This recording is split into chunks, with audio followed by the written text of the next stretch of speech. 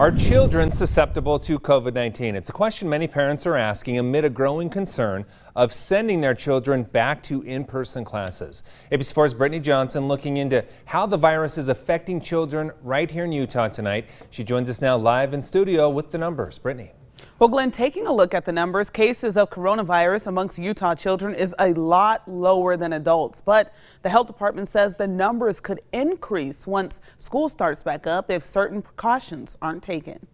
Will children spread COVID-19 when they go back to school? If a student becomes infected, will the virus jump to classmates? Will it find its way to the child's teacher or be passed along to parents? Questions some Utah teachers are asking. Those germs are going to be there.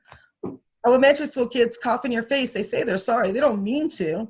You know, they can't help it. They touch each other. That's what they do. That's their age. And so I'm highly concerned that there's no way to properly make it that they're safe in my classroom.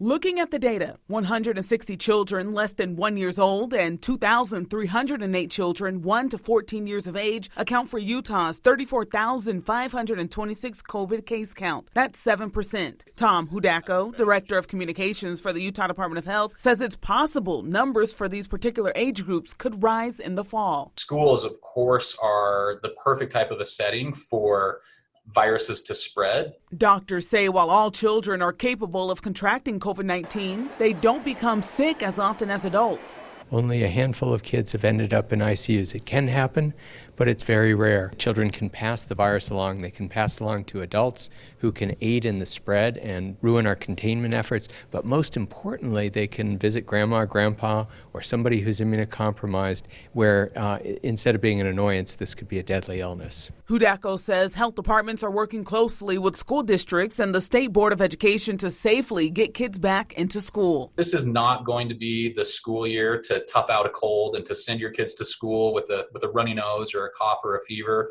like you may have in the past. The health department says when kids do go back to school, it's important they wear masks indoors and outdoors when social distancing is not available to help slow the spread of the virus. Glenn, back to you.